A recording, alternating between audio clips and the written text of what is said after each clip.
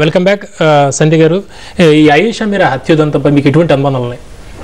అంటే అసలు ఆయేషా మీరా హత్య విషయంలో ఇప్పటికి కూడా ఎవ్వరు కూడా హంతకుడు సత్యం బాబు అనేది నమ్మట్ల. ఎందుకంటే పోలీసులు కాన్ఫిడెంట్గా వీడే హంతకుడు అన్నట్లుగా ఎప్పుడు వ్యవహరించాల. అంతకుముందు ఒక సింగుని చూపించారు, వీడి పాదం సరిపోయింది, వీడి వైపు సరిపోయినాయి, DNA టెస్టులు సరిపోయినాయి అన్నారు. మళ్ళీ కాదు ఇతని కాదు అసలు హంతకుడు సత్యం బాబు అని వాడితో మాట్లాడిచ్చారు. ఇవన్నీ చేశారు. కానీ జనం ఆయేషా తల్లి కావచ్చు, రాష్ట్ర ప్రజలు కావచ్చు, మహిళలు కావచ్చు, మహిళా సంఘాలు కావచ్చు, ప్రతిపక్ష పార్టీలు కావచ్చు, హంతకుడు సత్యం బాబు కాదు మరొకడు.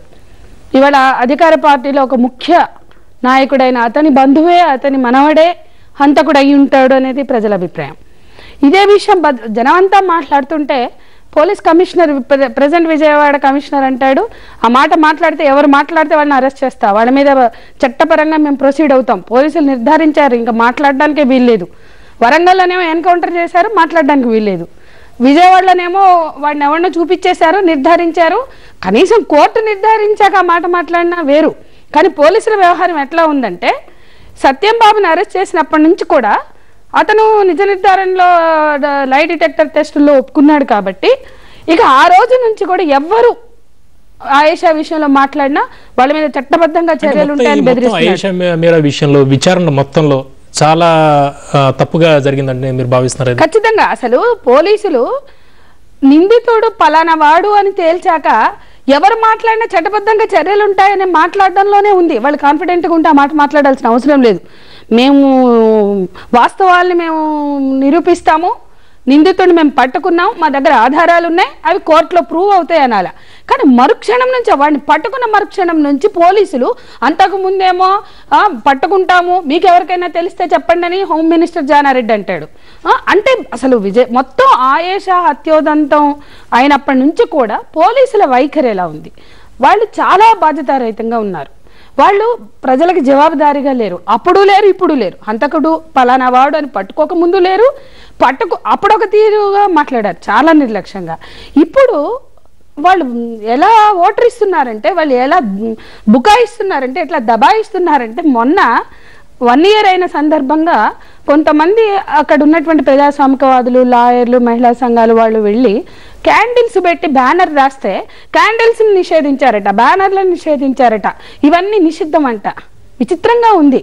అంటే ఎక్కడా కూడా లేని కేసు మొత్తం తొక్కి పెట్టడానికి ఒక ప్రయత్నం. ఖచ్చితంగా ఎక్కడా లేనివన్నీ విజయవాడ పోలీసులు ఎందుకు మాట్లాడుతున్నారు? ప్రొటెస్ట్ తెలియజేయొద్దంటారు, మారు మాట్లాడొద్దంటారు. ఇక ఆయేషా చాప్టర్ క్లోజ్, ఇంకెవరు మాట్లాడినా ఒప్పుకోం, ఏ ప్రొటెస్టులు చేసినా ఒప్పుకోం. ఇదేంటి అంటే ఈ దబాయింపులోనే వాళ్ళు తొక్కి పెడుతున్నారు. అంటే ఇదే విషయం గురించి మనతో మాట్లాడడానికి తెనాలి నుంచి ఆయేషా బేగం తల్లి శంషాద్ బేగం లైవ్ లో ఉన్నారు. ఆవిడ్ని తెనాలి నుంచి మా ప్రతినిధి రమేష్ ఇంటర్వ్యూ చేస్తారు. Over to Ramesh.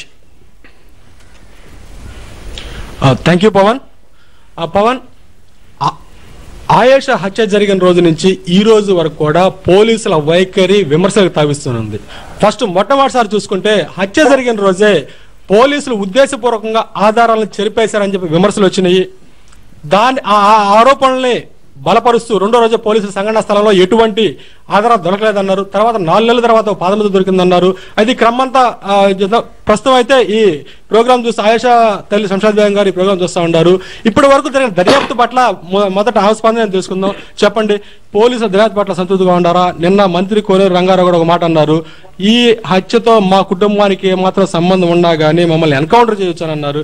ఇప్పటికన్నా కానీ పోలీసుల తీరు పట్ల సంతృప్తి చెందుతున్నారా?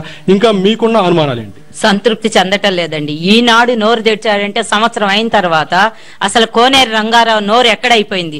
మా పాప హత్య జరిగితే మరి అక్కడ ఎంపీ లగడపాటి ఏమైపోయాడు, ఎమ్మెల్యే ఏమైపోయాడు, మినిస్ట్రీ ఏమైపోయింది? ఆ రోజు నుంచి ఈ రోజు వరకు కూడా మాకు సంతాపం ప్రకటించడం గాని పరామర్శించటం గాని జరగలేదు. ఎందుకు జరగలేదు? లగడపాటి ఎందుకు మాట్లాడలేదు? అక్కడ ఎంపీ ఒక ప్రజాప్రతినిధి ఒక ఆడపిల్లని నిర్దాక్షిణంగా దేశం మొత్తం హర్షించే విధంగా హత్య చేశారే, ఇది ఎంత శోచనీయమైన విషయం అంటే ప్రపంచంలో ఎక్కడ కూడా ఇలాంటి హత్య జరగలేదని అందరూ చెబుతున్నారు. అలాంటి హత్య జరిగితే నోరు మూసుకొని లగడపాటి కూర్చున్నాడు. మరి మరి ఈ రోజు లైవ్ లో వచ్చి మాట్లాడే అర్హత ప్రజాప్రతినిధిగా అతనికి లేదని చెప్తాను. ఇంకో విషయం ఏంటంటే కోనేరు రంగారావు మాట్లాడే అర్హత లేదు. అతన్ని ముందు ఇమీడియట్ గా ముఖ్యమంత్రి గనక నిజాయితీ నీతిపరుడైతే ఇప్పటికే అతన్ని కేబినెట్ నుంచి తొలగించాల్సిన అవసరం ఉంది.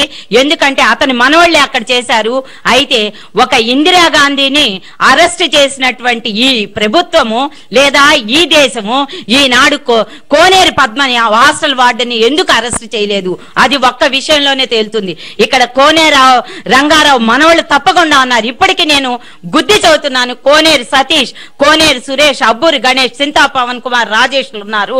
వీళ్ళని కాపాడటం కోసం అక్కడ వార్డెన్ కి పోలీస్ ప్రొటెక్షన్ ఇచ్చారు. మరి మేము బాధితులం. మేము చెప్పినటువంటి మాటను అసలు ఏ విధంగా కూడా పరిగణలోకి తీసుకోవటం లేదు ప్రభుత్వం గాని పోలీసులు గాని. ఇంకో విషయం ఏంటంటే ఎన్కౌంటర్ చేసేయమన్నారు. ఒక ప్రజాప్రతినిధి మాట్లాడవలసినటువంటి మాటలు కాదు. ఒక నిర్దోషిని నిరపరాధిని అన్యాయంగా పట్టుకొని శిక్షించడం ఎంత నేరమో అదే విధంగా ఇలా ఎన్కౌంటర్ చేయటం కూడా అదే నేరం అన్నమాట. అలాంటి ప్రజాప్రతినిధి మమ్మల్ని ఎన్కౌంటర్ చేయమంటాం కాదు. దీనికి సంబంధించి నువ్వే అప్పగించాలి. నీ మనవాళ్ళను నువ్వు అప్పగించు. నిజాయితీ నీతిపరుడు అయితే మేము నీతి నిజాయితీ న్యాయం కలిగినటువంటి ఉపాధ్యాయులు. మా పాపకి జరిగిన అన్యాయాన్ని మేము సహించేది లేదు, ఊరుకునేది లేదు. ఒకవేళ మీ మంత్రి పదవులు గాని మీ పదవులు గాని మీ డబ్బుతో గాని మమ్మల్ని ప్రలోభ పట్టడం గాని లేదా బెదిరించి గాని అన్యాయాన్ని సహించేది మేము లేదు కాక లేదు. మేము పోలీసుల ఇన్వెస్టిగేషన్ అసలు 100% నమ్మటం లేదు. ఎందుకంటే మొదటిసారి శివాంజనీలను పట్టుకొని దాదాపుగా ఎన్కౌంటర్ దాకా తీసుకొచ్చారు. ఆ తర్వాత ముఖ్యమంత్రి గారి దగ్గరికి మేము వెళ్ళామండి స్వయంగా. ఆ రోజు ముఖ్యమంత్రి పలికిన మాటలు చూస్తే దేశం అంతా కూడా నీచంగా తిట్టుకుందనమాట. ఎందుకంటే చనిపోయిన మేనమామ చనిపోయి సంవత్సరంన్నర అయితే మేనమామ చేసినటువంటి హత్యే కదా అని నోటి నుండి ఆయన వచ్చింది. అంటే ఆ ముఖ్యమంత్రిని కూడా ఎంత మిస్లీడింగ్ చేశారో దీన్ని బట్టే తెలుస్తుంది. అలాగే నార్కో అనాలిసిస్ చేయమని